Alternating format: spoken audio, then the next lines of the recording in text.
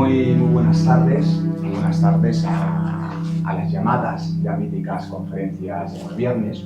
Normalmente las presentaciones las empezamos con eso de hoy tenemos el placer de contar con nosotros, pero es que no es que hoy tengamos el placer de contar con nosotros con María Jesús Albertus, sino que María Jesús Albertus ya sabéis que es la asociación, ¿vale? Una compañera, una amiga curtida en más de 1000 batallas espirituales, toda una conferenciante de renombre tanto nacional como internacional, con más de, no sé, 1000 conferencias a las espaldas. Hombre, 1000 no creo, pero bueno, sí. 999. Pues más o menos, hoy es la. Así que, bueno, la conocéis de sobra, es una compañera con una forma de transmitirnos y de enfatizar en lo que es la importancia de estos temas que en principio nos pueden resultar mucho más complicados, pero ella siempre nos los hace mucho más llevaderos y nos aprendemos mucho con ella. Hoy va a hablar sobre un libro, que no sé si conocéis, el libro se llama Volví, libro de la mano de Chico Xavier y el espíritu de Jacobo, un libro imprescindible para entender el espiritismo. Así que, sin más, un aplauso. ¡Grande!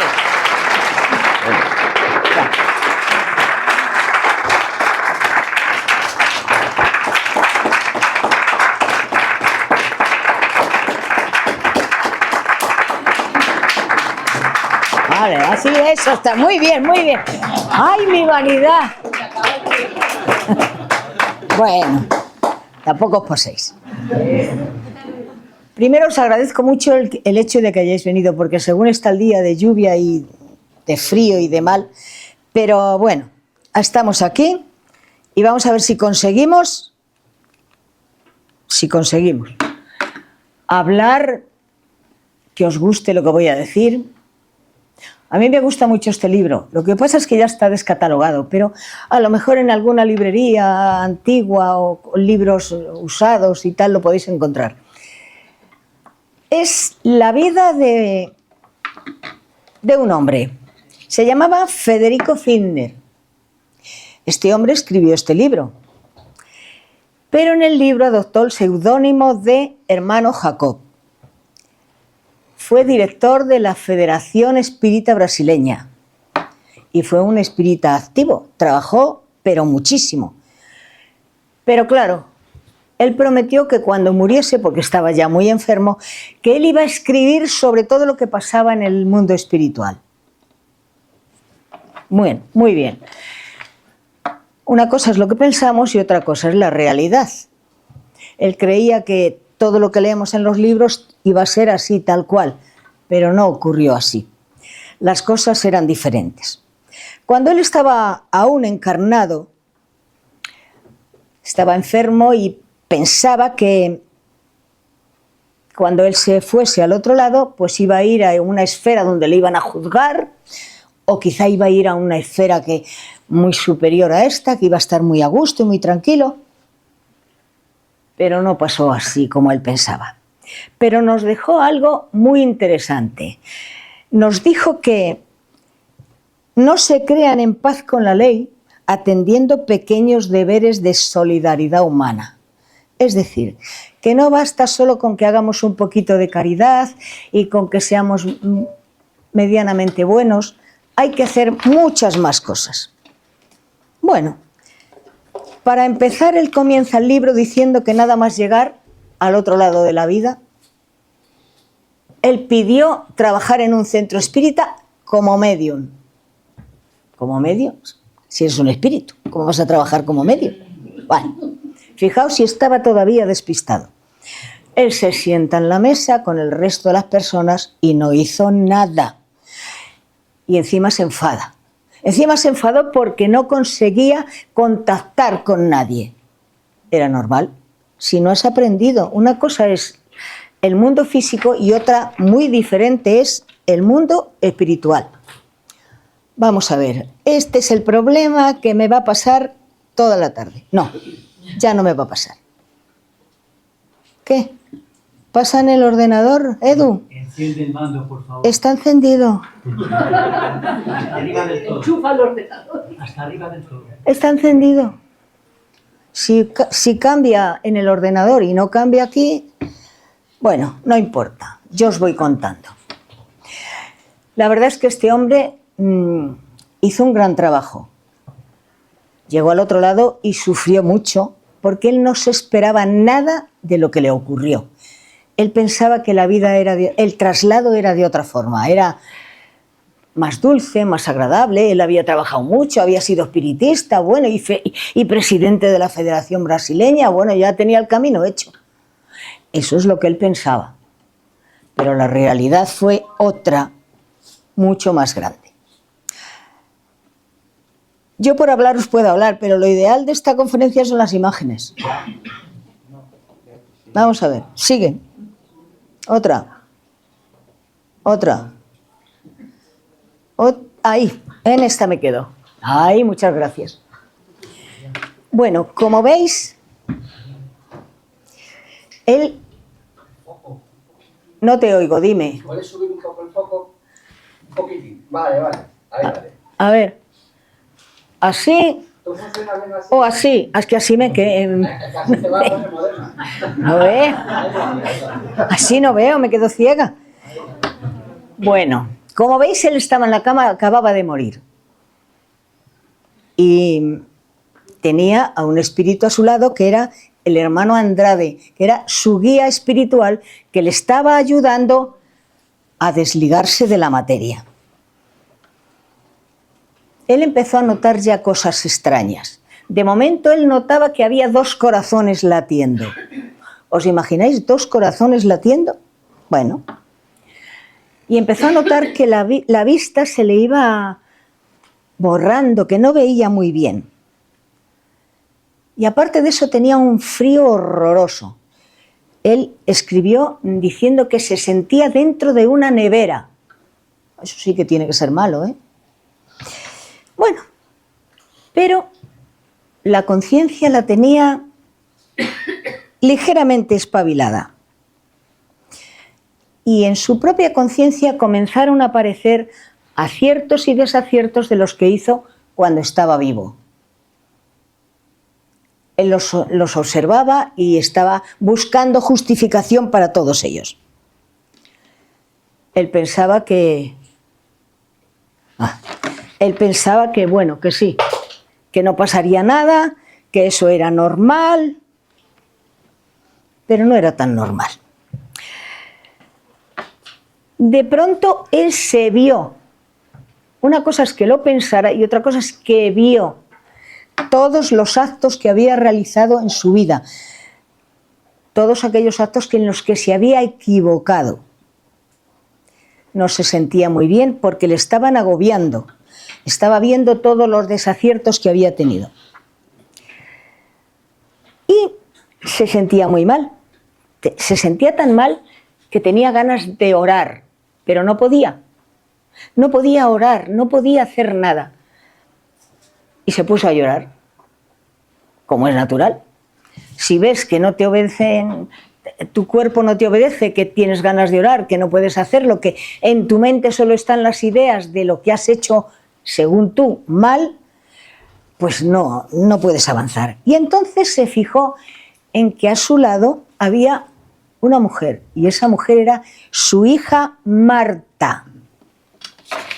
Y su hija Marta lo que hacía era aconsejarle que se calmara, que no se preocupara, que todo iría bien, que todo pasaría. Entonces él ya se sintió un poquito mejor, porque quieras que no, ves a tu hija que está a tu lado y parece que revives un poco. Pero él quiso moverse y no podía. Sus músculos no se movían, sus piernas no se movían, sus brazos no le obedecían. Se sintió mal otra vez. Pero en un momento dado, después de tanto mirar a ver qué hago, si me muevo o no me muevo, se vio enduplicado. Él notaba que a su lado había un espíritu. hasta que se dio cuenta que era él mismo. Pero también se dio cuenta de que, según estaba, no podía avanzar, no podría irse al otro lado de la vida, que necesitaría más tiempo para conseguir moverse, levantarse, hacer algo, hablar con su hija. Es que no podía hacer nada, simplemente la veía, pero no podía hacer más. Claro, no estaba muy bien que digamos eso. Bueno, poquito a poco su capacidad visual fue mejorando y entonces vio dos figuras más. Una era la del doctor Becerra y otra era la del hermano Andrade, que era su guía espiritual. Fíjate, qué maravilla. Ya se iba tranquilizando un poco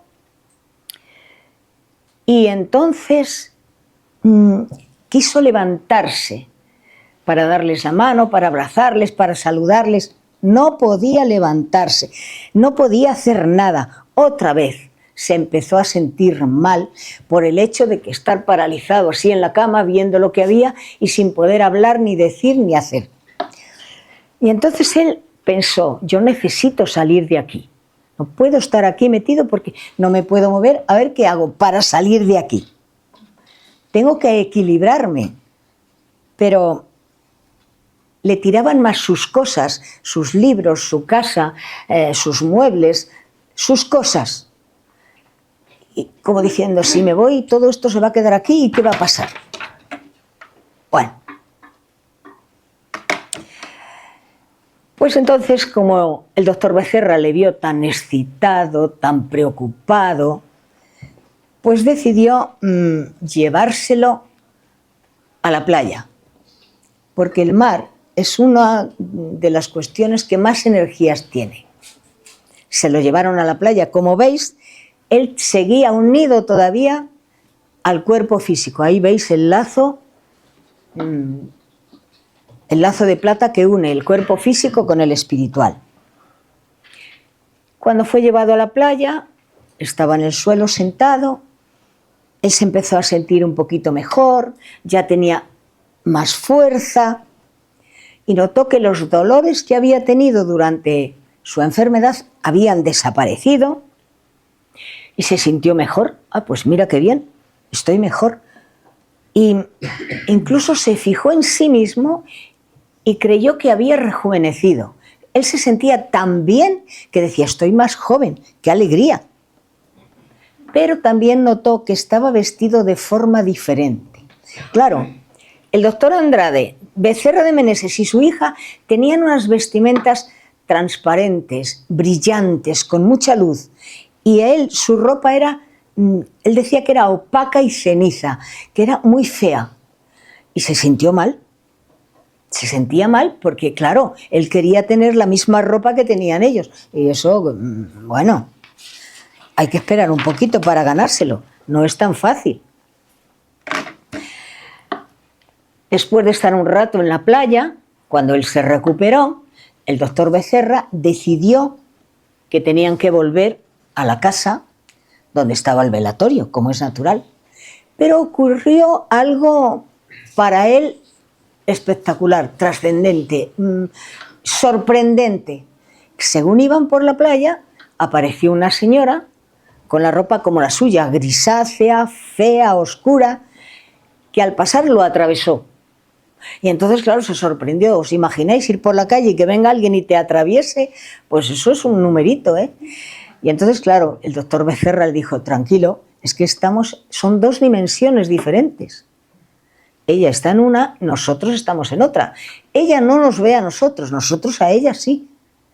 Por eso ella ha seguido caminando y no sabe que estamos aquí. Eso a él le sorprendió un poco, pero bueno, cuando volvió del susto, se quedó un poco más tranquilo, su angustia y su malestar se fue calmando y diciendo, bueno, qué cosas más raras me están pasando.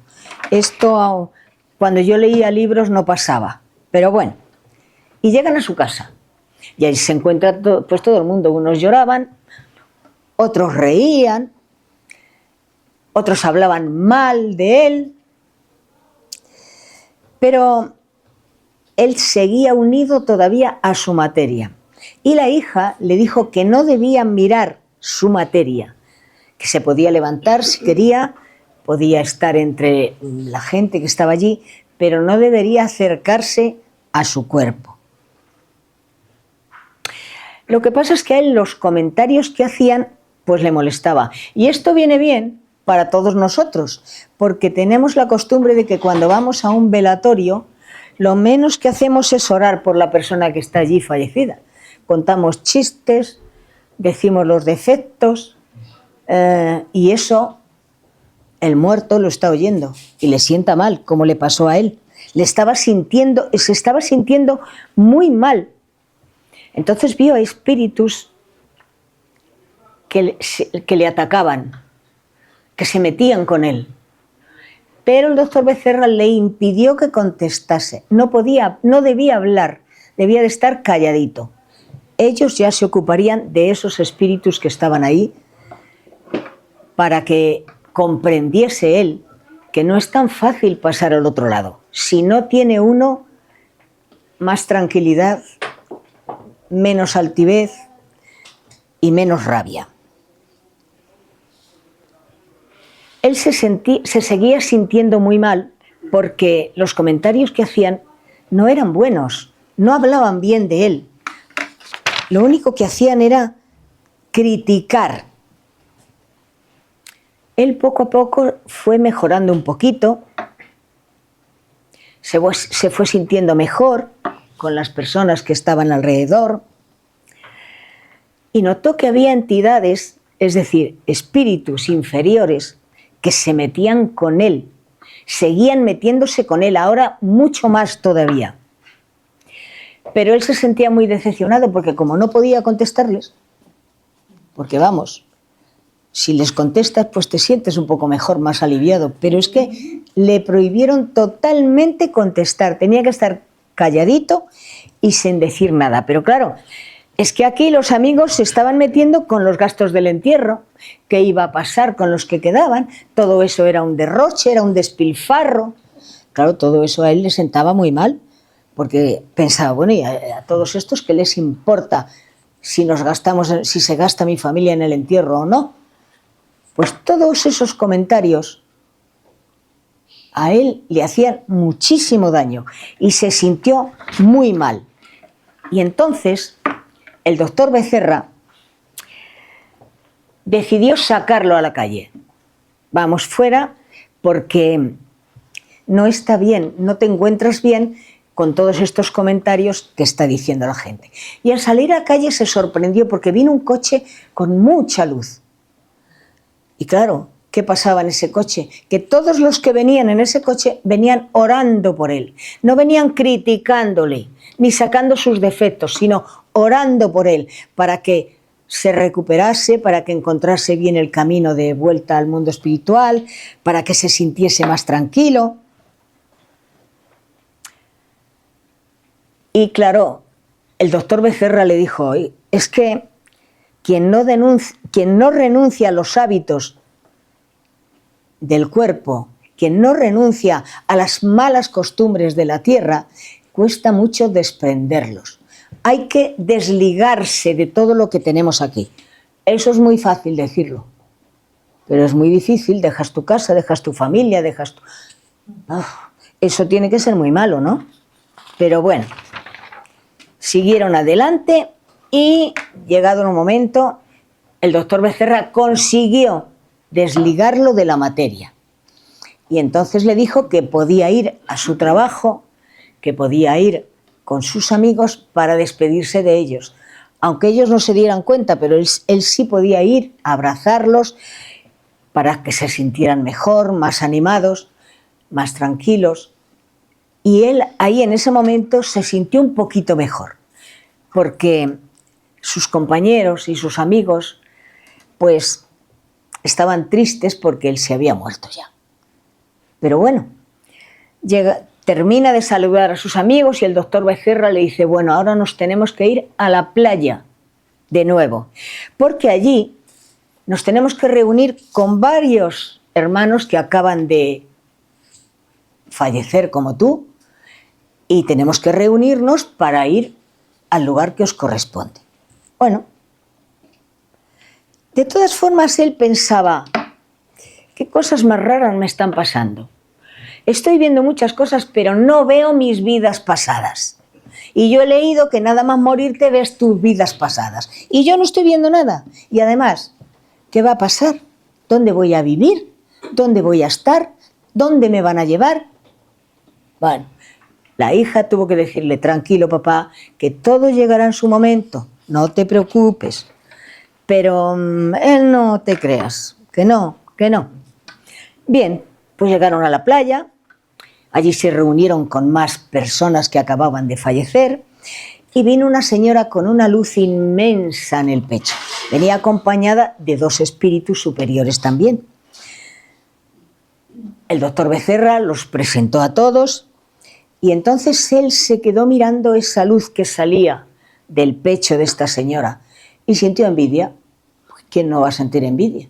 Si él se veía oscuro, feo, con una ropa fea y esa señora era brillante como el sol, la hija tuvo que volver a decirle, tranquilo papá, no sientas envidia, que no es bueno para ti, cálmate, que todo pasará y todo llegará. Bueno, entonces el doctor Becerra les dijo, vamos a ir por lugares umbralinos y tenéis que... Hay un recorrido bastante problemático. Tenéis que ir todos juntos y tratando de ir orando, porque vamos a ir volando. ¡Oh, qué bien! Iban a ir volando. Sí, sí, volando. Volando, volando. Y es verdad, viajaron por regiones umbralinas, como él dice. Y era una enorme caravana con varios espíritus con mucha luz, que eran los que conducían. Y resulta que según iban caminando, ellos veían que había formas negras, oscuras, que gritaban. Las sombras no los veían a ellos sí veían a las sombras. Era una región volcánica muy fea, y él se fijó en que no iban volando. Iban deslizándose, pero a una altura del suelo, poca cosa. De volar, nada. Iban deslizándose. Y esto a él había leído en los libros que se volaba, que nada más morir te ibas volando a no sé dónde y a no sé qué sitio. Y él resulta que estaba viendo que iban por lugares tenebrosos, que no podían hablar, que no podían pensar y que tenían que ir todo el camino orando. ¿Por qué? Pues porque esas sombras no les veían, pero sí sintonizaban con ellos con su forma de pensar. Si pensaban negativamente, las sombras lo captaban y rugían y se metían, gritaban y entonces ellos se asustaban. Claro. Así que tenían que ir tranquilitos, orando y siguiendo. Y llegaron a un lugar en que había un puente luminoso. Pero el doctor Becerra les volvió a decir, hay que pasar el puente. Y las sombras están ahí. Así que Jacob, haz una oración en voz alta y no penséis en vuestros problemas, ni penséis en las malas acciones que hayáis hecho en el tiempo pasado, porque esa sintonía las sombras la captan. Vaya problema. Pues nada, se pusieron a orar, pasaron el puente despacito, deslizándose sin volar, y a él todo esto le extrañaba mucho, porque el doctor Becerra les había dicho que iban a ir volando. Y él decía, de volar nada, vamos deslizándonos a un palmo del suelo. Bueno, algo es algo. Y entonces llegaron a un lugar diferente, era un paisaje precioso. Tenía una luz maravillosa, la atmósfera era tranquila, serena, era todo muy bonito, estaba lleno de flores y decía que las flores emitían luz. Bueno, eso ya nos lo han dicho a veces los espíritus, que las flores emiten luz, incluso te lanzan su perfume, depende. claro, vieron que venían compañeros de la señora con antorchas, cantando canciones, salían a recibirles. Y entonces él vio que venían niños volando. Estos sí que vuelan, estos son como pájaros, esto sí que es volar, no lo que hemos hecho nosotros. Y la hija otra vez, papá, calma, no te precipites, no tengas problemas, que todo llegará en su momento. Venían a recibir a esta señora porque se iban a otra ciudad, donde esos niños y estos señores que salían, estos hermanos que salían a recibirles, pertenecían a otra ciudad más avanzada. Esta era, bueno, ahora nos lo contamos, ahora os lo cuento, cómo era esta ciudad. Bien, siguieron andando y de pronto aparecieron unos amigos de Jacob, que le llamaron por su nombre. Él quiso contar cómo habían quedado los amigos en la tierra, y entonces el amigo Gullón le dijo: no, tranquilo, no te preocupes, ya nos lo contarás mañana. Ahora necesitas descansar. Esta noche vas a dormir, vas a descansar y mañana ya hablaremos. Bueno, él no se quedó muy convencido porque él, al ver a los amigos, lo que quería era mantener una conversación, que le explicasen por qué no recordaba las vidas pasadas, dónde iba a vivir, en qué ciudad iba a estar. Y todo eso para él era su obsesión. Pero los amigos le dijeron lo mismo: tranquilízate, que mañana hablamos. Y entonces le llevaron a una casa muy bonita, donde era muy acogedora, tenía cuadros en las paredes preciosos, y se fijó en que las paredes estaban construidas con una sustancia semiluminosa. Es decir, que allí no hay luz eléctrica. Debe ser que las paredes ya dan luz. ¿Vale? Le recibió la madre Frida, aunque él no la reconoció porque estaba todavía muy aturdido. Y entonces el hermano Andrade le dijo: vamos a la habitación, vete a dormir, hay que descansar. Y él vuelve a empezar otra vez con que dónde voy a vivir, porque no recuerdo mis vidas. Era su obsesión. Entonces el hermano Andrade y la hija le volvieron a repetir lo mismo. Todo el tiempo le estuvieron repitiendo lo mismo: cálmate, que todo llegará, no te precipites. Y bueno, pues se fue a dormir, como es natural, se fue a descansar.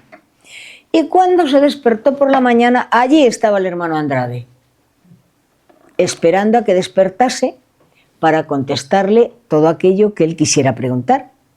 Y claro, lo primero que le preguntó fue: ¿por qué hemos pasado por ese puente y no hemos volado a una gran altura? ¿Por qué casi tocábamos el suelo con los pies? Y además, ¿por qué no recuerdo mis vidas? Y el hermano Andrade, muy tranquilo, le responde que si el grupo supiera volar, lo habrían hecho. Como todavía no sabían, tenían que ir así, deslizándose cerca del suelo. Y si hubiesen sabido volar, ese puente no existiría. Bueno, pero a él de todo eso no le quedaba muy claro. Él pensaba que nada más morirte ibas a hacer, todo iba a ser maravilloso. Y no es tan maravilloso. Cuesta, hay que aprender. Ya salen, la hija le empieza a mostrar la casa, le empieza a dar consejos: todo está bien, no te preocupes. Marta tocó el piano porque le gustaba mucho el piano, le gustaba mucho la música. Tenía que entretener al padre para que se sintiese un poco más reposadito y un poquito más tranquilo. Incluso le llegó a decir: Beethoven está en una esfera superior. Y otra vez la envidia: hombre, Beethoven en una esfera superior y yo aquí todavía que no sé ni dónde voy a vivir. Qué afán tenía este hombre con saber dónde iba a vivir. Pero bueno, la hija le tranquilizó y el doctor Andrade, y se lo llevaron a la calle para que viese la ciudad, para que comprendiese dónde estaba. Y él vio que las casas no estaban como aquí juntas unas con otras y una aquí, la otra allí, no. Era una ciudad muy bien planificada, las casas estaban separadas unas de otras y se sintió muy bien. Y se sintió mejor cuando la hija le dijo que le habían autorizado a que viviese con ella. Ah, bueno, mira, yo tengo algo solucionado, ya sé dónde voy a vivir, ya no me voy a quedar en la calle. Pero bueno, en ese instante Jacob reparó en algo que no se había fijado antes. Y era en la luz que desprendía su hija y en la luz que desprendía el hermano Andrade. Y otra vez la envidia volvió. Y otra vez la hija tuvo que volver a reprenderle. Tranquilo, papá, que esto todo llega, pero hay que ganárselo. La luz no viene sola, la luz viene con esfuerzo, con trabajo. Así que, porque claro, él decía que él quería trabajar ya, que quería ponerse a trabajar. Y le dije, tranquilo, que tampoco puedes venir aquí y decir, me voy a trabajar mañana, ¿dónde? Todo está preparado, todo está planificado, pero despacito, con tranquilidad. Ya te dirán cuándo, dónde y cómo trabajarás. Pero mientras tienes que ver la ciudad, ver cómo se vive en ella, qué se hace en ella. Entonces le llevaron a un colegio que había muchos niños. En ese colegio enseñaban a los niños y les hablaban de la reencarnación, de la desencarnación. Los iban preparando para el futuro. Él se quedaba sorprendido porque eso no lo sabía él, a pesar de haber sido presidente de la Federación Brasileña. Había cosas que no sabía, porque los libros no te lo dicen todo. Entonces él se iba sorprendiendo cada vez que veía estas cosas. Los niños alegres, contentos, felices. Eso era pues una maravilla. Siguieron caminando por la ciudad y él se extrañó de que no veía a personas tristes. Todas las personas tenían un semblante de placidez, de sensación de tranquilidad, como de alegría. Y entonces la hija le dijo, esto es una colonia espiritual de emergencia, que está situada entre planos menos elevados, pero todos tienen que guardar serenidad, porque es la recomendación que se tiene cuando llegas aquí. Es decir, es una ciudad de tránsito. Ahí tienes que aprender muchas cosas y de ahí es de donde después deciden dónde vas a ir. A una más elevada o a una menos elevada, o reencarnar enseguida. Todo esto le chocaba mucho porque no se lo esperaba. Ver una ciudad tan hermosa, con tanta luz, con la gente tan tranquila, tan serena. Y entonces él vio al fondo un templo. Pues vamos al templo. Y le dije, no se puede ir al templo. Al templo se va exclusivamente cuando se es llamado. Qué raro. Pues sí, no se puede entrar. Ya iremos más tarde, cuando te lo permitan. Bueno, pues volvió otra vez a la casa y llegaron sus amigos Karl Barsuter y Guillón, que son dos espíritus. Karl Barsuter junto con Seila, ¿no? ¿Cómo? No me acuerdo. Seila. Sí, Seila. Son los directores de una ciudad espiritual muy, muy luminosa. Bueno, eran amigos de él cuando estaban aquí, en la tierra. Entonces empezaron a hablar de los que quedaron aquí. Ellos le contaron cómo estaban los familiares que él tenía en el otro lado y le hablaron de algo muy interesante. Le dijeron, nosotros no vivimos en esta ciudad, hemos venido aquí para recibirte a ti, vivimos en una esfera diferente. Y Becerra de Meneses, Sanllao, Betancur y Sampaio se han quedado aquí porque quieren ayudar a los infelices de la tierra a hacer el traslado, pero son espíritus tan elevados que podrían estar en una esfera hermosísima, pero no quieren seguir trabajando aquí, ayudándonos. Y es verdad, porque el doctor Becerra aquí en esta casa ha venido varias veces. Bueno, él se quedó sorprendido. Dice, bueno. Y entonces los dos amigos le invitaron y le dicen, ¿quieres que vayamos a Río? Vamos. Y esto fue para él, esto sí que fue para él una sorpresa. ¿Por qué? Pues porque venía volando, pero claro, le llevaban del brazo, uno a cada lado, sus dos amigos. Y entonces decía, voy volando en línea recta. Vio de lejos el puente y entonces se dio cuenta y le dijeron, claro, es que cuando se sabe volar se va en línea recta. Él se sorprendió y decía, tienen razón. Y le dijeron, es que si hubieseis sabido volar el puente no existiría. Y él pensaba, esto es como en la tierra las autopistas, vas por una autopista vas más rápido que por una carretera secundaria, pues esto era igual. Pero bueno, llegó a Río, vio pasar a la gente y él su afán era materializarse para que todo el mundo le viera. Hombre, le dijeron, tranquilito, que no es tan fácil, que no tienes que materializarte, tú tranquilito. Tienes que aprender primero a ver lo que hay, a ver cómo es la gente, a ver lo que ocurre y poco a poco ya irás viendo más cosas. Pero esto para él fue lo más sorprendente, poder volar en línea recta. Claro, se sorprendía porque cuando pasó volando, vio el puente atrás y dijo, anda, si por ahí he pasado yo antes, pero claro, deslizándome. Bien.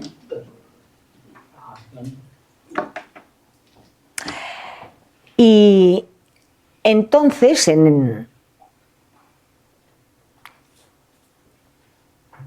el hermano Jacob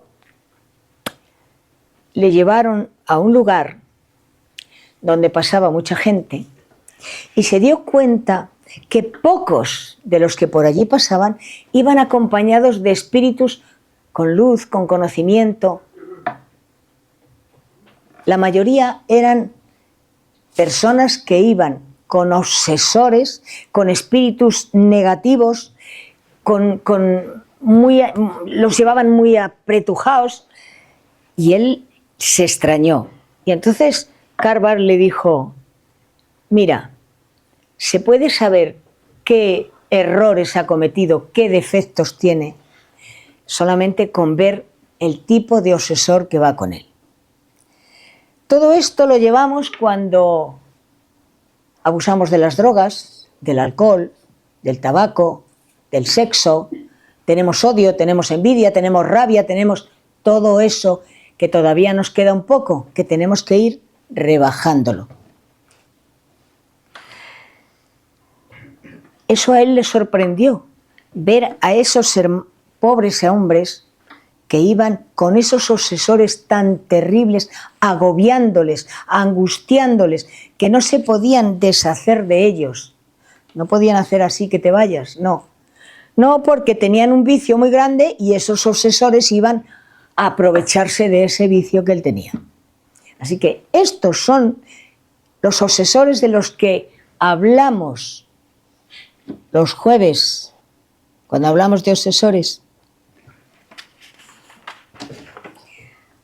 Bueno, y pasa el tiempo, pasan unos días, y entonces a él le permiten asistir en un centro espírita a una reunión mediúnica. Pero él ya no trabajaba, sino simplemente a observar. Y él se dio cuenta, con cierta amargura, que había una gran diferencia entre los espíritus bondadosos que allí había y él. Él seguía opaco, gris, feo, ellos eran luminosos, con un ropaje increíble, y volvió a sentir envidia. Pero también se dio cuenta de que había espíritus inferiores que le estaban atacando. ¿Dónde está tu luz, Jacob? ¿Dónde está tu luz? Tú que hablabas tanto, tú que decías, hablabas, pero no hacías lo que predicabas. Y eso a él se tuvo que callar porque le volvieron a decir calladito, sin contestar. Fue el hermano Andrade el que dijo: la luz vendrá más tarde. No le permitían hablar con nadie porque lo que no debía hacer era entrar en discusión para que se organizase un follón ahí de 1000 demonios.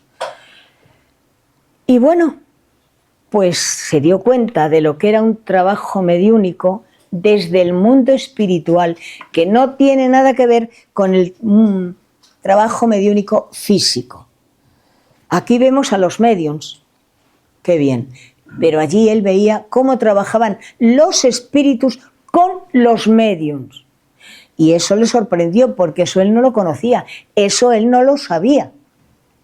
Estamos acostumbrados a ver un medium que habla, que ve, que lo que tú quieras. ¿Y qué? Pero él estaba viendo el trabajo desde otro punto de vista, mucho más sutil, mucho más impresionante. Y él se quedó verdaderamente muy sorprendido. Bueno, y entonces, pues después de llevar 30 días en el espacio, viendo pequeñas cosas, aprendiendo un poco lo que pasaba, le llamaron para ir al templo. Y claro, allí se encontró con varios amigos. Y fue muy interesante, pero también le hizo sufrir. ¿Por qué? Pues porque en primer lugar el doctor Becerra hizo una oración de entrada. Y después hablaron los amigos de él. Pero hablaban de sus buenas acciones, del trabajo que había hecho, de cómo se había esforzado en ayudar a los demás. Entonces le estaban poniendo por las nubes. Y él empezó a llorar y a decir que estaba muy sorprendido y muy avergonzado, porque él no era todo eso que le estaban diciendo. Y se puso a llorar, como es natural. Y entonces él dijo que lo que tenían que hacer era hacerle un juicio, juzgarle por todo el mal que había hecho, por todos los errores que había cometido. Y Betancourt le dijo tranquilamente: te garantizo que solamente Jesús pasó ileso. Los demás todos pasamos por aquí, nos dicen lo que hemos hecho bien, lo que hemos hecho mal, pero aquí estamos diciendo lo que nosotros hemos visto de ti, la parte buena. Los espíritus inferiores veían solo la parte negativa, que todos tenemos, pero los amigos suyos solo veían la parte positiva, la parte buena, todo lo bueno que había hecho, todo el trabajo, todo el esfuerzo que había conseguido a lo largo de su vida. Para ellos era lo que importaba. Y entonces le indicaron lo que deberíamos sentir, hacer, y le dieron varias notas. Por ejemplo, la primera: cada espíritu atiende a las cosas que creó en el curso del tiempo, gravitando en torno de las leyes que rigen la vida. 2. 2/3 de las criaturas humanas encarnadas se demoran en la irracionalidad y la razón. 3. 1/3 en tránsito de la razón a la humanidad. 4. Fuera del cuerpo, billones de seres evolucionan en las mismas condiciones. 5. En esferas más elevadas, otros billones caminan de la humanidad a la angelitud. 6. El proceso de educación del ser tiene su base en la reencarnación y en el trabajo incesante. 7. El Instituto de las Compensaciones funciona igualmente para todos. Nadie elude las leyes universales. Los recuerdos de dignificación de la criatura están a disposición de las diversas escuelas religiosas de la tierra, aunque diferentes en el culto exterior, tienen la misma esencia, en la fuente de la verdad eterna. 10. Jesús es el ministro de lo absoluto junto a las colectividades terrestres. Los grandes instructores del mundo son mensajeros de él. Y por último, toda criatura humana posee consigo las simientes de la sabiduría y del amor. Cuando desarrollemos estos gérmenes dentro de sí mismos, a través de los siglos incesantes, conquistaremos las cualidades del sabio y del ángel. Nos queda un poco, ¿no? Pero lo vamos a conseguir, porque si ellos lo dicen, lo vamos a conseguir. Bueno, sale del templo y le dan la oportunidad de que trabaje. ¿Qué deseas hacer? Y entonces él, junto con otro de los que fue en la transición, decidieron trabajar con los obsesores. Bueno, y entonces había un hermano, el hermano Ornelas, que fue con ellos, que es el que les llevaba, les dirigía, les enseñaba cómo tenían que realizar las cosas. Y entonces entraron en un bar de un suburbio. Y allí se encontraron, pues eso, que había pues un señor con la botella en la mano, pues dale que te pego, al vino o a lo que estuviera bebiendo.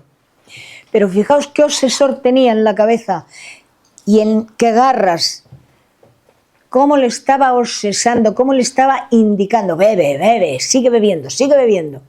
Él no bebía, pero los vapores sí le llegan. Entonces, él se sintió muy mal. Y Ornelas, el espíritu que les llevaba, les aconsejó que era necesario que aprendieran que no es lo mismo tratar con un obsesor en los trabajos mediúnicos que ahí, así, cara a cara con ellos. Es diferente. En la mesa mediúnica normalmente los obsesores no te atacan mucho. Claro, a lo mejor no son tan negativos como estos. Pero aquí sí que atacan. Atacan y mucho. Atacan tanto que cuando el obsesor vio a Jacob, lo primero que le dijo fue: ¿tú qué haces aquí? Si de todo lo que predicabas nada hacías. Imagínate, que te estén diciendo eso, ya se te caen así los palos del sombrajo, como se suele decir. Y le dio miedo y echó marcha atrás, pero el hermano Ornelas le puso la mano en la cabeza, le dio ánimo, le dio fuerza, le dio energía. Venga, sigue, tranquilo, no te preocupes, no pasa nada.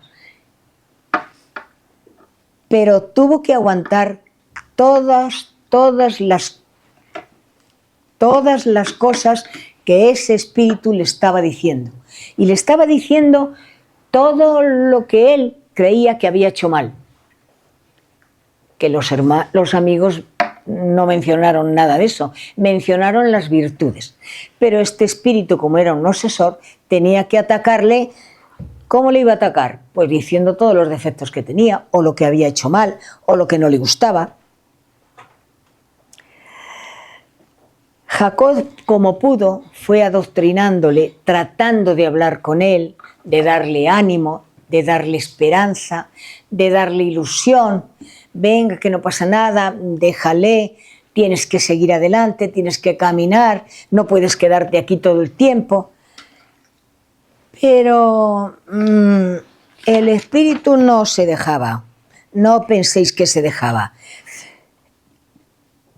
Seguía atacándole, seguía diciéndole infinidad de cosas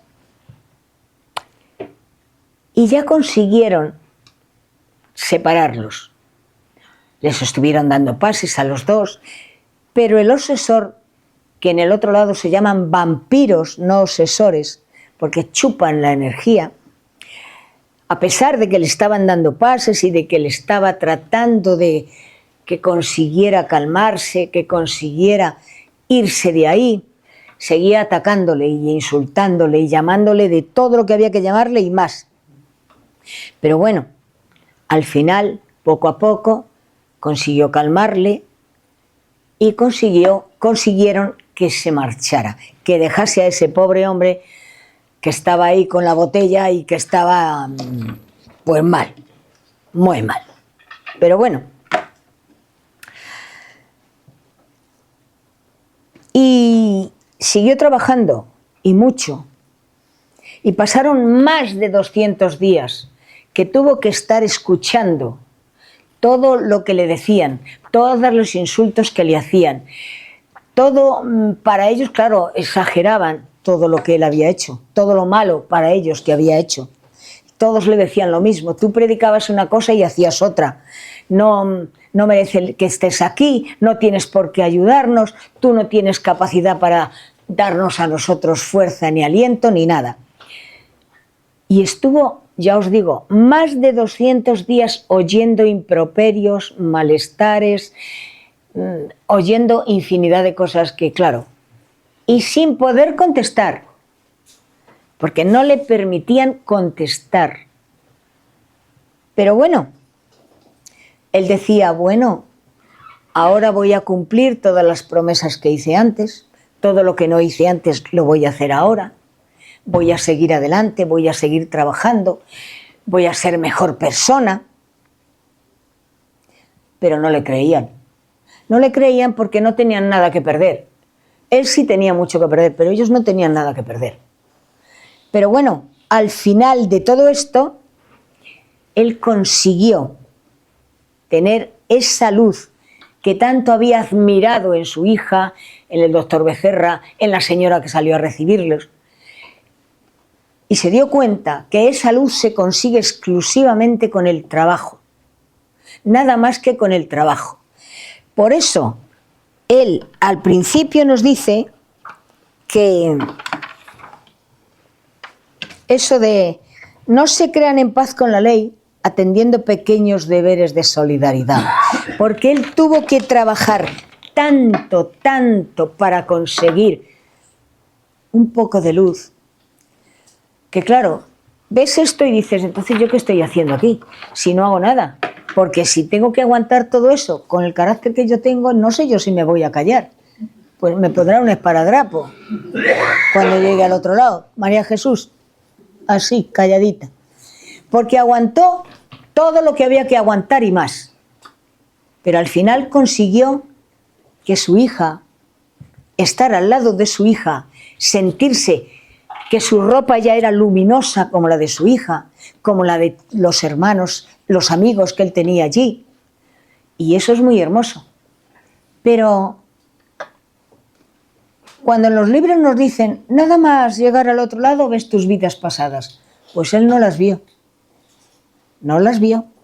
Por lo tanto, tenemos que tener paciencia, porque a lo mejor tampoco es necesario verlas enseguida, como le decía el hermano Andrade, tranquilo que ya todo llegará. Porque si llegamos al otro lado, nos están poniendo verdes y encima vemos el mal que hemos hecho en vidas pasadas y por qué estamos sufriendo ahora, pues la verdad es que nos vamos a meter la cabeza en la tierra como los avestruces y no vamos a salir de ahí. Mejor es ir poquito a poco, como fue él, aprendiendo, comprendiendo, trabajando, luchando, y así conseguiremos esa luz que él tiene. Por eso, cuando nos digan nuestros defectos, nos vamos a callar, si podemos, y si no, lo vamos a intentar. Y trataremos de ser cada día un poquito mejores, porque todos tenemos defectos, porque si no, no estaríamos aquí. Estaríamos en una esfera superior. Por lo tanto, como todos tenemos defectos más o menos grandes, y estamos viendo el problema que se tiene cuando no somos capaces de corregirnos, de ver a los demás con buenos ojos, como decía Jesús. Hay que ver a los demás como nos gustaría que nos viesen a nosotros, ¿no? Entonces, vamos a ser capaces de comprender que si los demás tienen defectos, nosotros también. Pero vamos a tratar de corregirlos, poquito a poco. La soberbia, la altivez, la vanidad, todo. Porque si no, cuando lleguemos allí, yo no sé si vamos a tener capacidad como tuvo él de aguantar todo lo que le dijeron. Y sobre todo, a mí una de las cosas que más me impresionó es cuando él llegó a su casa y oía a los amigos cómo criticaban el gasto del entierro, todo lo que iba a costar todo aquello. En vez de hablar bien de él, sacaban sus defectos. Y eso, normalmente hacemos eso, ¿eh? Vamos al tanatorio a ver a alguien que se ha muerto y estamos contando chistes, riéndonos y diciendo, pues, mira, menos mal que se ha muerto, porque de verdad tenía un carácter, ¿qué carácter? Eso no es verdad. Es verdad. Así que de ahora en adelante nos callaremos la boca porque nos oyen y sufren. Y ya tienen bastante con saber lo que han hecho, porque ellos sí que poco a poco se lo van a ir recordando. Así que, Rosita, hay que seguir adelante, cada día con mejor, con más ánimo y que sea lo que Dios quiera. Chicos, hoy se me ha hecho corto, pero hay que contestar preguntas. Y os advierto...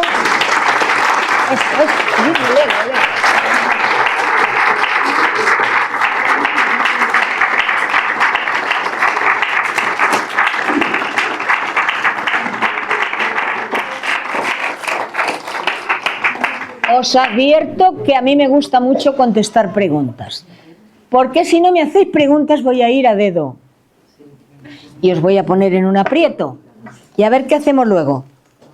Venga, empezando. ¿Qué preguntamos?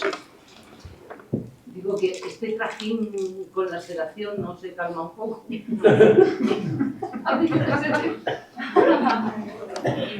Mira, ¿tú conociste a Clara de Ceide?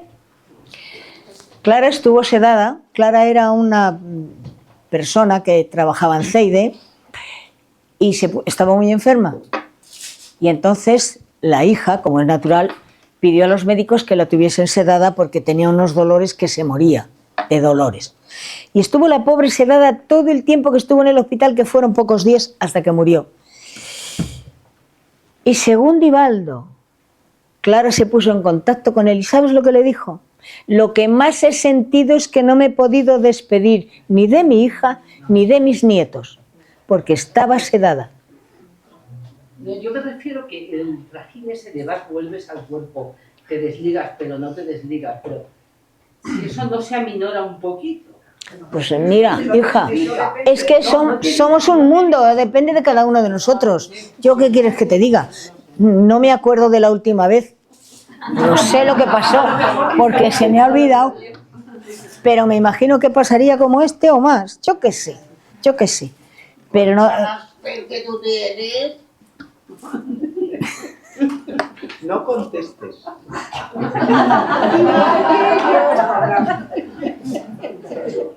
Repite la pregunta si te atreves.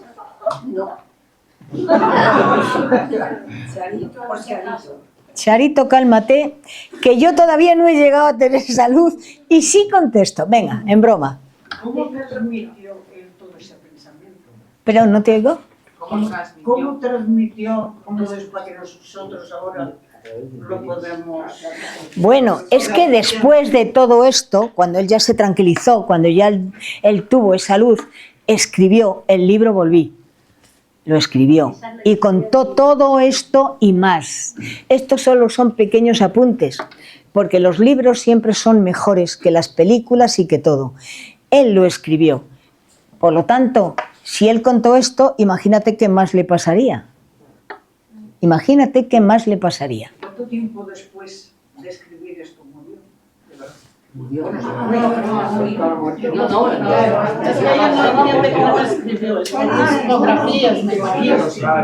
En estado mediúnico, vamos a ver, en estado mediúnico él se acerca a un medium, como le pasa a Divaldo, se acerca al espíritu, al medium y Divaldo escribe. Pues él hizo lo mismo. Se acerca a un medium, el medium escribe, pla, pla, pla, pla, y así sale el libro. Porque él no lo escribe. Perdona. Tiene que ser un medium. Y se hace por psicografía. Más cosas. El hilo de... perdón. Dime. Luego va ella. Dime. El hilo de plata es el perispíritu. No, el hilo de plata es el lazo que une la materia y el espíritu. Se llama hilo de plata, cordón de plata, lo que tú quieras. Pero es un haz de luz que no se rompe nada más que cuando te desprenden de la materia. Y eso lo desprenden los espíritus, nosotros no. Yo me muero, pero yo no me desprendo de la materia. Yo no corto ese lazo, lo cortan ellos. Porque además es algo muy curioso que lo dice también el doctor Becerra. En estos sitios donde hay tanta gente, es muy difícil ayudar a la persona a desprenderse. ¿Por qué? Por los comentarios, por lo que hablan, por el ruido, porque no es un lugar tranquilo y sereno. Mira, os voy a contar una anécdota. Yo tenía un cuñado que era el hombre más bueno del mundo. Tú antes de pedirle el favor ya te lo había hecho. Era un hombre excepcional. Pero tenía una familia de estas que cuando hablan no hablan, gritan. Gritan. Y estábamos en el hospital, en el velatorio todos, ¿verdad, Miguel? Y había un ruido, había un escándalo. ¡Ay! La madre, los hermanos gritando. Bueno, entonces vienen, dicen, bueno, ahora lo llevamos al tanatorio, pero hasta que tal hora no pueden ustedes ir. Tienen que ir a partir de las 4, me parece que nos dijeron. Bueno, pues a partir de las 4 fuimos al tanatorio. Y cuando llegamos resulta que allí había varias personas de donde él trabajaba. Dice, pero ¿qué pasa? Que está solo aquí, lleva solo desde la 1. Y entonces yo pensé, claro, ¿cómo no va a estar solo? Le están desprendiendo. Había tanto ruido en el hospital, tanto escándalo, que no podían los espíritus trabajar. Por eso, intuyeron a las enfermeras o a quien fuera que se lo llevaban al tanatorio, pero que hasta las 4 no podíamos ir. Nos fuimos a casa, estuvimos comiendo y después nos fuimos. Y allí nos encontramos a compañeros de su trabajo que estaban viéndole, si está solo, pero ¿qué hacéis? Que no hay nadie. Ahí sí que comprendí, mira lo que han hecho. Para que hubiese silencio, que hubiese tranquilidad, para poder desprenderle, porque era el hombre más bueno del mundo. Dime, reina. ¿Puede un espíritu obsesor perseguirte durante muchas vidas para que tú no evoluciones? Un espíritu obsesor en muchas vidas. Vamos a ver, los obsesores. Una cosa son los obsesores que están contigo por tus vicios y otras cosas son los obsesores que están contigo porque tú en vidas anteriores le hiciste daño a ese espíritu. Y entonces él te ha encontrado ahora y se venga, aunque tú no tengas nada que ver con aquella persona de aquella vida, pero tu espíritu sí. Y él te sigue viendo como eras en aquella vida. Eso es diferente, son dos tipos de obsesión. Los obsesores de los vicios, si a mí me da por beber, voy a tener, claro, obsesores aquí, todos aquí a mi lado, absorbiendo el aroma del alcohol, o del tabaco, o del sexo a lo bestia, porque cuando hablamos de sexo es que la gente piensa que es que hay que ser, vamos, como las monjas. Pues no, señor. El sexo es lo más hermoso que hay. Cuando lo haces con la persona que quieres. Ya está. Dulcemente, con amor. No, ay, mira qué chico más guapo. Ay, mira qué chica más mona. Pues con esta, pues con ese, por aquel. No, eso no. Eso es vicio. El sexo es amor. Con la persona que quieres. Y entonces es maravilloso. La diferencia es muy grande. Cuando lo haces por vicio, tienes obsesores. Venga, sigue, dale, mira esta otra, mira aquel otro.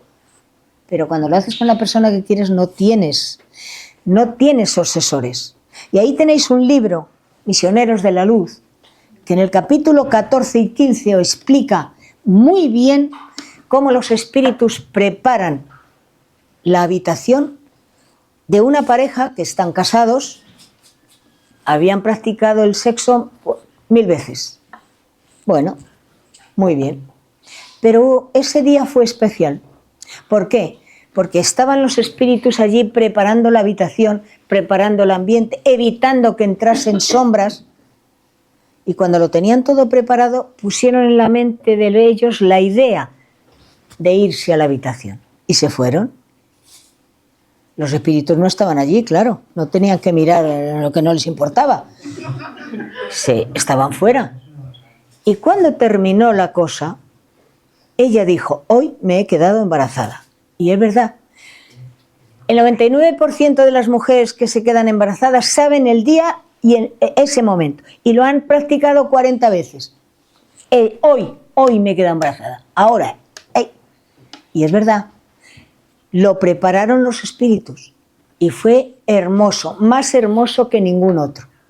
Por eso, una cosa es el vicio y otra cosa es el amor. Más cosas. Si tuvieras que darle un consejo o tres a una persona que se va a morir, para morir bien, ¿qué tres consejos darías? Ninguno. Mira. Hay que vivir bien, pero también hay que tener una actitud a la hora de la muerte. Mira, yo no daría ningún consejo porque yo no soy nadie para dar consejos a nadie. Esto simplemente, lo único que podrías decirle es cómo eres y así sabrás cómo vas a morir. Es cuestión, tú lo sabes mejor que yo, porque tú a mí me puedes engañar. Eres maravillosa, eres estupenda, y luego eres más mala que... Sin embargo, Yo no te daría consejos, ni a ti ni a nadie. Varios consejos ahí, como el no te apegues ni a lo bueno ni a lo malo. Sí, ¿no? pero ahí está acompañado de un espíritu, que es el que les está llevando a saber cómo tienen que tratar. Para que hagamos algo. Les está enseñando cómo tienen que tratar a los obsesores. Pero yo ahora, yo no soy quien para dar consejos a nadie. Lo más que puedo decir, chicos, tenemos que ser buenas personas. Lo que hemos hecho hasta aquí ya está hecho, pero de aquí en adelante tenemos que cambiar, ser un poquito mejores, mirarnos hacia adentro, ver los defectos que tenemos y tratar de ir corrigiéndolos. Nada más. ¿Quién soy yo para decir, Rosita, que cambies, que tienes que ser mejor? Tendré que cambiar yo primero. Un momento. Primero el joven, que es más guapo. Además, tú estás aquí, tu mujer, y fíjate, la podemos liar. Dime, precioso, cuéntame. Déjale, mírale, mi querido está aquí, ya lo sé si ya le he visto. Pero en esta historia se refleja muy bien que desde el otro lado también nos pueden ayudar ellos, los espíritus, a nosotros. Y que nosotros lo que podemos hacer para ayudarles a ellos es pues no hablar mal de ellos y tal. Pero también me gustaría saber en esos días posteriores al fallecimiento si hay alguna forma también a nosotros como personas en vida hacer algo más, ¿no? Algo más para elevarlos, para darles esa luz. Más allá de, evidentemente, no hablar mal de ellos. Mira, nosotros no podemos elevar a los espíritus, se tienen que elevar ellos. Lo que tenemos que hacer es no hablar mal de ellos, ver siempre la parte positiva. Es decir, cuando yo me muera, en lugar de criticarme, tenéis que decir, pues mira, dentro de lo malo tenía su orgullo, pero era maja. Nada, no estaba mal, se podía hablar con ella, sonreía, algo, la parte positiva, porque me va a beneficiar. Pero lo que más beneficia a un espíritu es la oración, porque la oración es como un bálsamo. Si tú te quemas y te pones cualquier cosa, una crema, lo que quieras, ¡ay! Mira, ya no me escuece tanto, estoy mejor, está más calmado. Pues eso es la oración, un bálsamo para los espíritus. Por eso cuando estaba en su casa y le estaban criticando y sacándole los defectos, Becerra lo saca. Pero cuando sale a la calle y ve el coche con luz, es porque venían orando por él. Y él se siente, ¡ay, qué bien me siento! Porque las oraciones te calman, te sientes mejor, estás más tranquilo, te ayudan a seguir adelante. Por eso, si queremos ayudar a un espíritu, mejor orar por él. Y si nos queremos ayudar a nosotros, pues lo mismo, orar por nosotros mismos, por los compañeros, por los amigos, por quien sea. La oración, dicen los espíritus, es una herramienta más poderosa, fíjate qué expresión dicen. La oración es una herramienta más poderosa que todos los cañones del mundo tronando al mismo tiempo. ¿Tú te imaginas qué ruido? Pues la oración es superior. Pero una oración que te salga de aquí. No el corre que te corre. No, tranquilita, cortita. Si no hacen falta 20 rosarios. Cuando éramos pequeños íbamos a confesar y te ponían 3 rosarios, 4 misas. Estabas todo el día, no te hacía nada, pero lo hacías, te lo habían dicho y lo hacías. No, eso no. Una oración cortita, pero dicha con el alma, llega al final del universo. Es decir, que no habría ningún salmo específico, sino que valdría, por ejemplo, con un Padre Nuestro o... Puedes orar lo que tú quieras, la oración que a ti más te guste. Si no es que no hay oraciones, esta es la mejor de todas, no. Mira, la oración más bonita la enseñó Jesús, fue el Padre Nuestro. Ya está. Las demás son inventadas por los hombres. Tú di la que tú quieras, porque todas las oraciones son bonitas, son dulces, hablan de la armonía, hablan de amor. Y eso es lo que interesa, que llegue ese bálsamo a los encarnados y a los que están en el otro lado. La oración es la mejor herramienta que tenemos. Ahora sí, mira, ya me sonríe, ¿ve? Que no te oigo, háblame fuerte. Una persona que, por ejemplo, nace con una discapacidad intelectual grave y cuando fallece, ¿cómo visualiza todo esto que tú has explicado, el proceso de paso, que le ayuda a entender? Porque, claro, no es lo mismo una persona que tiene su capacidad, que ha vivido con su capacidad cognitiva, que una persona que ha vivido durante toda su vida por nacimiento con una grave discapacidad intelectual. No creo que nadie la critique cuando fallezca una persona con grave discapacidad intelectual. Que no actúa, ¿Le has oído? Que no actúa en su... ¿Tú le has oído? Ah, porque a ti te hablan susurro. A mí es que mi marido me habla en voz. ¿Qué es lo que quieres saber, por ejemplo? Espera que sea. No te oigo. Venga, ¿qué Lo ha que dicho? saber es, por ejemplo, ahí las personas critican los malos actos porque la persona era consciente de lo que hacía. Pero una persona que tiene una discapacidad, su hermana tiene una discapacidad de 93%, nunca ha hecho mal a nadie. Entonces se entiende, se sobreentiende que mal de esta persona nadie va a hablar porque nunca actúa con maldad, porque tiene una discapacidad y no es capaz de desear el mal a nadie. Entonces... Bueno, las discapacidades, hay dos razones para tener una discapacidad. Una es impuesta y otra es pedida. Yo he sido una mala persona y ahora me van a imponer todo eso que has hecho mal, que te has metido con las personas que tenían problemas. En la próxima tú vas a venir peor. Voy a estar todo el día rabiosa. Y se ve que hay personas discapacitadas que tienen muy mal carácter. Están todo el día enfadados, gritan, se meten con todo el mundo. Y hay otras peor y son dulces, amorosas. ¿Por qué?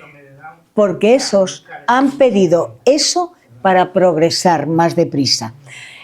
A veces se piden enfermedades muy duras porque te ahorras reencarnaciones. Voy a sufrir en una vida mucho, pero me voy a ahorrar 3, 4 o 5 reencarnaciones. Entonces, lo que tenemos que procurar es ver siempre el lado positivo de todo el mundo.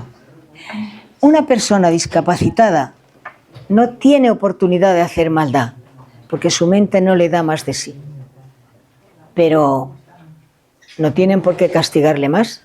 Todo depende si ha sido pedido o ha sido impuesto. Si ha sido impuesto, pues a lo mejor le van a llamar la atención cuando llegue al otro lado. Pero si ha sido pedido por él para superar todo aquello por lo que quiere superarlo, quiere evitar reencarnaciones, quiere evitar más sufrimientos a lo largo de su vida, ese va a tener una ventaja, es que va a ir por delante de los demás. Pero no todos los discapacitados son buenas personas. No todos son buenas personas. Y eso se ve. Ves a personas dulces, amorosas, los ves con los padres que los cuidan, los atienden, y ves otros que son contestones, protestones, los tratan mal. Dices, pero ¿qué pasa? ¿Qué pasa aquí? Uno es impuesto y otro es pedido. No lo sabía. Pues sí lo sabes. Todos, no todos. Podemos tener la oportunidad de que cuando estamos en el otro lado, según nos hayamos comportado, nos den la ocasión de decir, a ver, María Jesús, has fallado en esto, en esto, en esto, en esto. Ah, Si haces esto, puedes mejorar. Ah, pues sí, lo hago, vale. Pero como donde he fallado ha sido mucho, no me van a dar la oportunidad de que me digan, has fallado aquí, vas a hacer esto. Me van a decir, como no ha sido como debería ser, ahora vas a sufrir esto, esto, esto y esto para que espabiles. Y voy a venir aquí con una patadita que me van a dar atrás y van a decir, ¡hala! Espabila para la próxima vez. ¿Entiendes? Y voy a venir amargada. Y voy a decir, es que yo no he nacido, he pedido vivir. Yo no he pedido nacer. Pues sí, has pedido nacer o te han obligado a nacer. Tenemos que procurar siempre, siempre, cada día de nuestra vida, comportarnos con los demás como nos gustaría que se comportasen con nosotros. Tratar de no hacer daño, de no ver los defectos, ver las virtudes, porque todos tenemos virtudes. Además de los defectos, también tenemos virtudes, y muchas, más de las que parecen. Primero, estamos aquí, ¿por qué? Porque queremos saber qué hay más allá. Todos sabemos que la vida continúa. Todos sabemos que si no espabilamos, cuando lleguemos al otro lado de la vida nos van a dar en las orejas. Por lo tanto, si estamos aquí ya tenemos un paso por delante de los demás. Ya sabemos que tenemos que progresar, que estamos aquí para progresar. Pero hay muchas personas que no creen en nada de esto. Ah, si todo se acaba en el cementerio, voy a vivir la vida, lo mejor que pueda. Voy a hacer esto, esto, esto y aquello porque, estupendamente. Pero es que luego se mueren. Y les puede pasar lo que le pasaba al hermano del libro, que estuvo 8 meses viendo cómo le comían los gusanos. ¿Os imagináis en la sepultura? Eso soy yo. Y me están comiendo los gusanos. Madre mía, qué horror. Vamos a ver, es que no pienso. Si lo estoy viendo, lo que están comiendo es mi materia, mi espíritu no. El otro día me preguntaban, ¿qué es mejor, enterrarte o quemarte? Digo, si ya no te entierran, te meten en un nicho. Pero es igual. Van a meter la materia y van a quemar la materia. El espíritu no le queman, el espíritu estará fuera viendo cómo le queman, posiblemente, o a lo mejor ni se entera. El espíritu no se muere, no lo destruye nadie, nadie, ni nada. A la materia sí. Ahora mismo se cae el techo, me da en la cabeza y me he quedado aquí, con la lengua afuera. Salgo a la calle, me cae una maceta de un balcón y hoy otra vez, allí me quedo. Pero mi espíritu no se muere. Y ese es el que va a sufrir o va a ser feliz. Todo va a depender de cómo yo me comporte ahora. Así que, ojo, que tenemos mucho todavía que aprender, todos, y yo también. ¿Por qué? Porque todos queremos tener una vida mejor cuando lleguemos al otro lado, ser capaces de preparar con los espíritus nuestro futuro, porque eso tenemos una ventaja. Y es la de que nos darán la oportunidad de ver lo que vamos a hacer, lo que podemos hacer, con quién vamos a renacer, quién van a ser nuestros padres y por qué, quién van a ser nuestros hermanos o nuestros hijos y por qué. Y todo eso es por merecimiento. Pero si yo soy una loca que no me preocupo de nada, que vivo la vida alegremente y cuando me muera me he muerto, cuando llegue al otro lado no me van a dar la oportunidad de nada. Me van a dar la patadita y me van a decir, anda, reencarna otra vez, a ver si espabilas, que ahora vas a sufrir más que en la anterior. Ahora sí que te vas a saber lo que es sufrir. Una cosa es sufrir, porque tú lo pidas. Que sí, ya sé que habrá alguien que diga, bueno, ¿y quién es el tonto que pide sufrir? Sí, no es tonto, es más inteligente. Y sabe muy bien que no es lo mismo sufrir en una vida, ¿cuántos años? 60, 70, 80, 100, vale.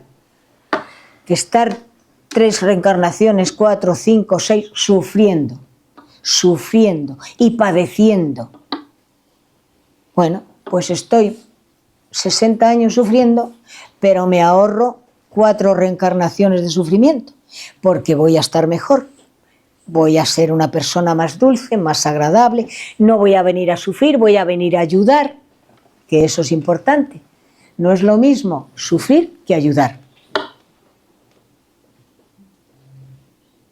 ¿Sí o no? ¿Ves? Más cosas, que me queda un ratito.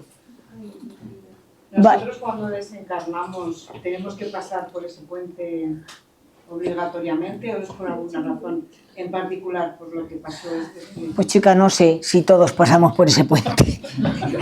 Me imagino que si no es por ese pasaremos por otro parecido, porque como dice, es como no sabemos volar todavía, utilizan los puentes, porque después cuando a él le llevan a Río no va por el puente, va volando porque ya sabe, le llevan los hermanos. Yo no me acuerdo si pasé por el puente la última vez, a lo mejor, quién sabe, pero ¿qué más da? Lo que importa es llegar al otro lado y poder trabajar, poder hacer algo. No estar perdido, no estar ahí sufriendo a lo tonto, sin saber dónde estás. ¿Qué haces? Nada, aquí sentado.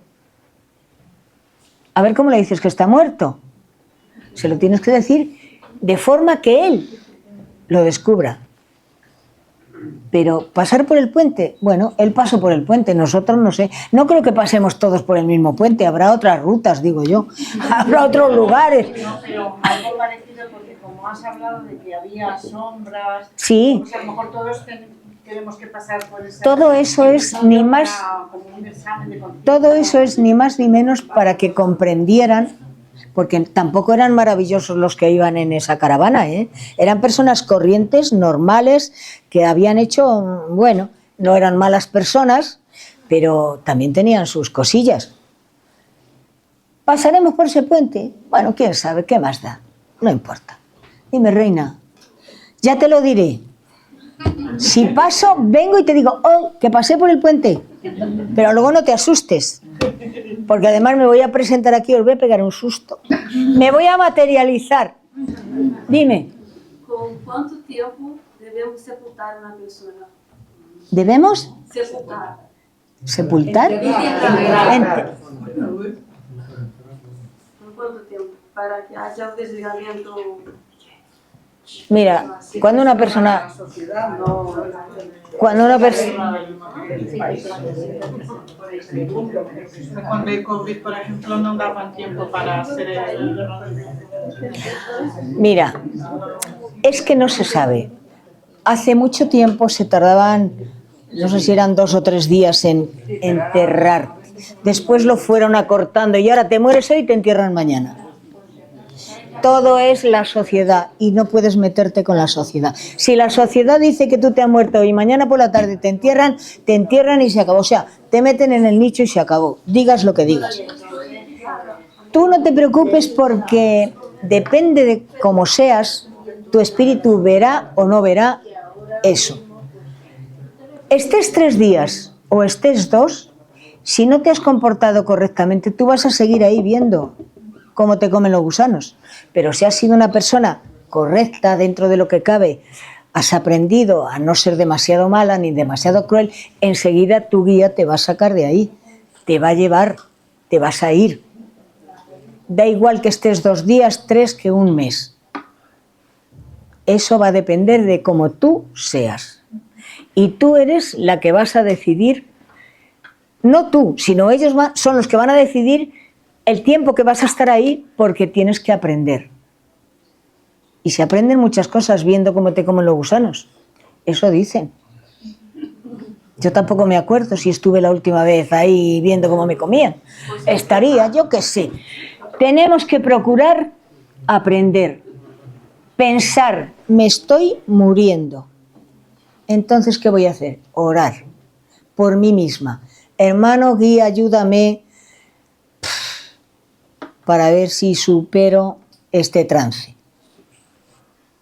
Pero es ahora que todavía tenemos capacidad donde tenemos que procurar cambiar, ser mejor persona, más cariñosa, más amorosa, más dulce, menos soberbia, menos altiva, menos rencorosa.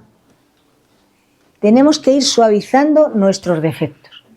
Porque cuando lleguemos allí, no es lo mismo que nos digan, oye, que vienes con lo mismo que te fuiste, a que nos digan, bueno, no lo has conseguido todo recuperar, pero se ve que te has esforzado y traes la mitad de lo que te llevaste. Ya es mucho. Por lo menos ven que nos hemos esforzado. ¿Quién más me ha levantado la mano? Yo pienso... Hombre, espera un momento que me está haciendo una pregunta un chico muy majo. ¿Qué quieres que te diga? Soy mayor pero no tonta. ¿Eh? Dime. Una pregunta Es envidia que tenéis. sería, ¿cómo lo ves el espiritismo a las personas que se quitan su propia vida? Y por ejemplo, si cuando eso se pasa sería como un espíritu obsesor que está con esta persona, o hay, bueno, diferentes motivos. Mira, la vida no es nuestra. No es nuestra, es un tiempo que nos prestan. No podemos cortarlo de ninguna manera. No podemos suicidarnos de ninguna manera. No se suicida solo el que se pega un disparo aquí, o se pone una cuerda aquí, o se tira al metro. También nos suicidamos mal comiendo, comiendo lo que no debemos, comiendo lo que nos sienta mal. Nos estamos suicidando día a día cuando no somos capaces de comportarnos correctamente. Cuando lleguemos allí nos llamarán suicidas, como le llamaron a André Luiz. Fíjate, André Luiz, le llamaron suicida. Le llamaron suicida. ¿Sabes por qué? Primero, era un vicioso del sexo. Segundo, le gustaba el moje. Tercero, era egoísta con el dinero. Era médico y solo atendía a los que podían pagar. No era una buena persona. Y cuando llegó al otro lado y se espabiló, suicida, suicida. Y decía, si yo no me he suicidado. Sí se había suicidado. Se había producido una úlcera de estómago tan grande de comer y beber lo que no debía, que se había suicidado sin darse cuenta. Es decir, si a ti te sienta mal el picante, ¿por qué lo comes? Te vas a conseguir una úlcera. Si a ti te sienta mal, yo qué sé, la carne, pues no la comas porque te sienta mal, por la razón que sea, porque tu organismo no lo admite, no la comas. Entonces, tienes que procurar comer, tomar alimentos que te sienten bien, hacer una vida normal, tranquila, para que en el otro lado no te llamen suicida. Porque ¿sabes qué va a pasar? Que te vas a suicidar, sí. Lo vas a pasar muy mal, vas a ir al valle de los suicidas, de donde se entra, pero se tarda mucho en salir. Y después, cuando vuelvas, no vas a vivir todo el tiempo que tú desees, por muy bien que vivas. Vas a vivir exclusivamente el tiempo que te faltó por vivir ahora. Si tú te suicidas ahora y tienes 30 años y tenías que vivir 80, todos esos años que te faltan vivirás luego nada más. Y si te faltaba por vivir un año nada más, nacerás y vivirás un año nada más y morirás. Eso les pasa a los suicidas. Pero aparte, cuando renacen, siempre tienen la tendencia de, se tiró por una ventana, y cuando vuelve a renacer tiene la idea de volver a tirarse por la ventana, que es lo que tiene que superar. Volver a hacer lo mismo. Se pegó un disparo, tendrá esa tendencia. Es lo que tiene que superar. Tratar de evitar volver a suicidarte con un disparo. El suicida lo pasa muy mal. Sufre mucho allí y aquí cuando vuelve reencarnado. Así que no se te pase por la cabeza. Nunca, jamás. Nos vamos a casa, que llueve.